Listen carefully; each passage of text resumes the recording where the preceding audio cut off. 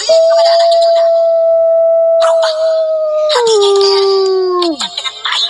Assalamualaikum warahmatullahi wabarakatuh. Saudara-saudaraku seluruh Nusantara dimanapun berada, semoga sehat selalu dan bahagia.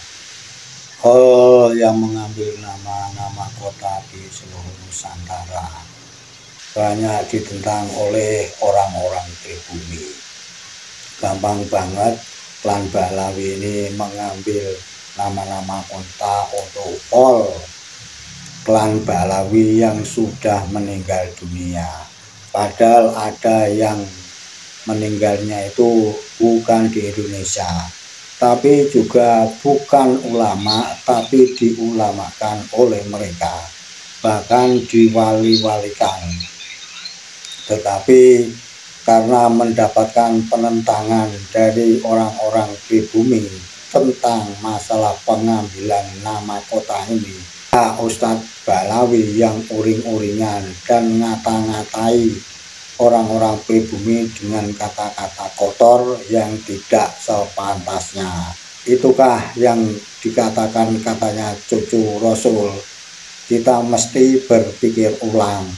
Mereka ini dengan gampang mengatakan dengan kata-kata kotor, hujat, provokasi. Bahkan kalau mereka mempunyai jamaah sholawat, sepertinya dimanfaatkan untuk kepopuleran mereka. Juga ujung-ujungnya banyak kita tahu efeknya terjadi perselingkuhan karena memanfaatkan kepopulerannya itu dan mengatasnamakan cucu Nabi. Inilah yang selalu ditentang oleh orang-orang pribumi. Hal yang ada di Nusantara ini banyak sekali. Ada hal Gresik, ada Surabaya, ada Solo yang kemarin ini ramai diperbincangkan. Kemudian ada hal Jambi yang baru saya dengar. Terus ada juga hal Malang. Nah, hal Malang ini ada salah satu ustadznya yang mengadakan hal di Malang ini. Ini mencak-mencak dan mengatain kotoran kepada orang-orang yang tidak suka atau menentang dari hal kaum Bahlawi. Kalau ada orang berubah dari cinta habaib, dari ta'zim kepada anak cucu Nabi, berubah hatinya itu kayak dicat dengan tai. Tak bisa membuktikan nasabnya nyambung ke Nabi dan tak ingin ditinggalkan mukibinnya. Bahlawi tua ini ancam hatinya kibin tertutup tai. Untuk yang dulu cinta Kabib dan sekarang berubah tak cinta. Padahal manusia yang pantas dicintai itu hanya Nabi melebihi manusia lain, bukan keturunannya. Untuk keturunannya, Nabi hanya berpesan dalam hadits sakolain untuk memberikan hak-haknya dan tak menzolimi mereka. Itu pun kalau keturunan asli, bukan untuk para Bahlawi pemalsu nasab Nabi. Selain berucap kotor, ternyata Bahlawi pelopor haul Malang ini juga suka asal ngomong tanpa dasar syariat, dan suka membawa hadits palsu yang diatasnamakan dari Nabi. Padahal berdusta mengatasnamakan dari Nabi, itu ancamannya neraka. Bahaya sekali cengkraman Bahlawi terhadap umat. Saat polemik nasab inilah pentingnya peran MUI hadir untuk mewajibkan tes DNA agar Islam di Indonesia bersih dari para pemalsu nasab yang menyesatkan umat. Ada orang baru baca kola 1, 2, 10, 20 mengeluarkan fatwa membantah menghabisi ulama-ulama kuno yang mengajari fatwa tadi. Diikuti sama orang-orang yang sholat subuhnya 9:30. Saya curiga ini. Kalau ada orang berubah dari cinta habaib, dari ta'zim kepada anak cucu Nabi, berubah hatinya itu kayak dicat dengan tai. Bahasa kurang sopan tapi terjadi, dicat dengan tai, berubah, hilang itu ingatan kepada kiai-kiai dulu. Saya curiga ini orang sholatnya tidak beres.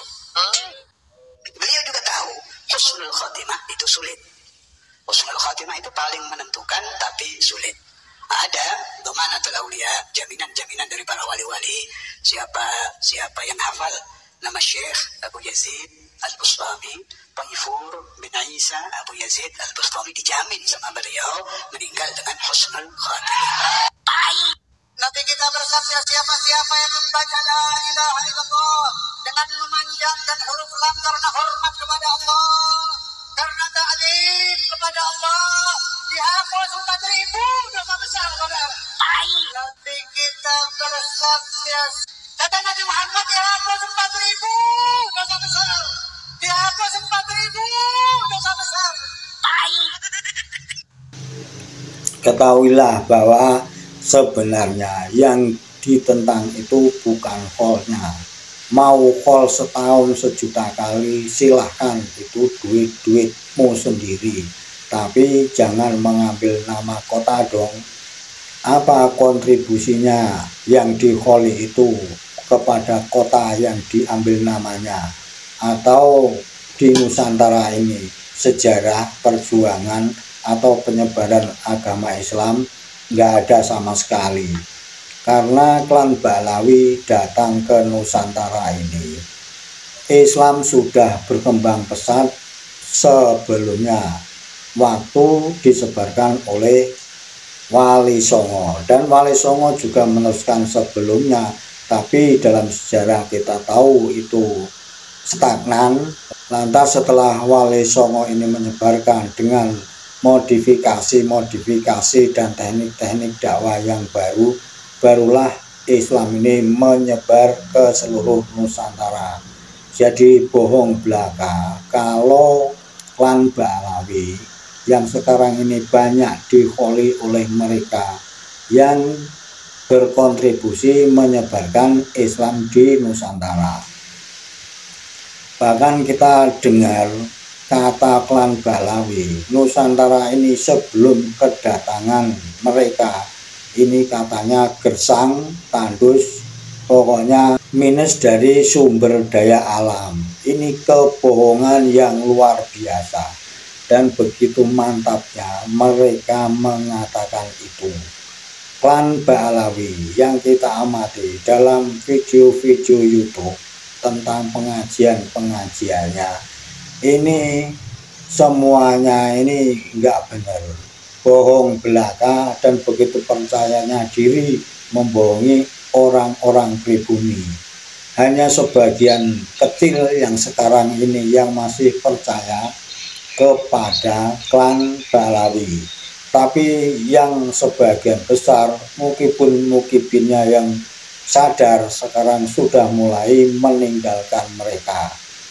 Itulah kenapa dalam khol sekarang ini ketika banyak ditentang oleh orang-orang pribumi, banyak mereka ini marah-marah, stres, dan akhirnya keluarlah kata-kata kotor yang mengatai kepada yang menentang khol, yang mengambil nama kota-kota di seluruh Nusantara ini dengan kata-kata yang tidak sepantasnya.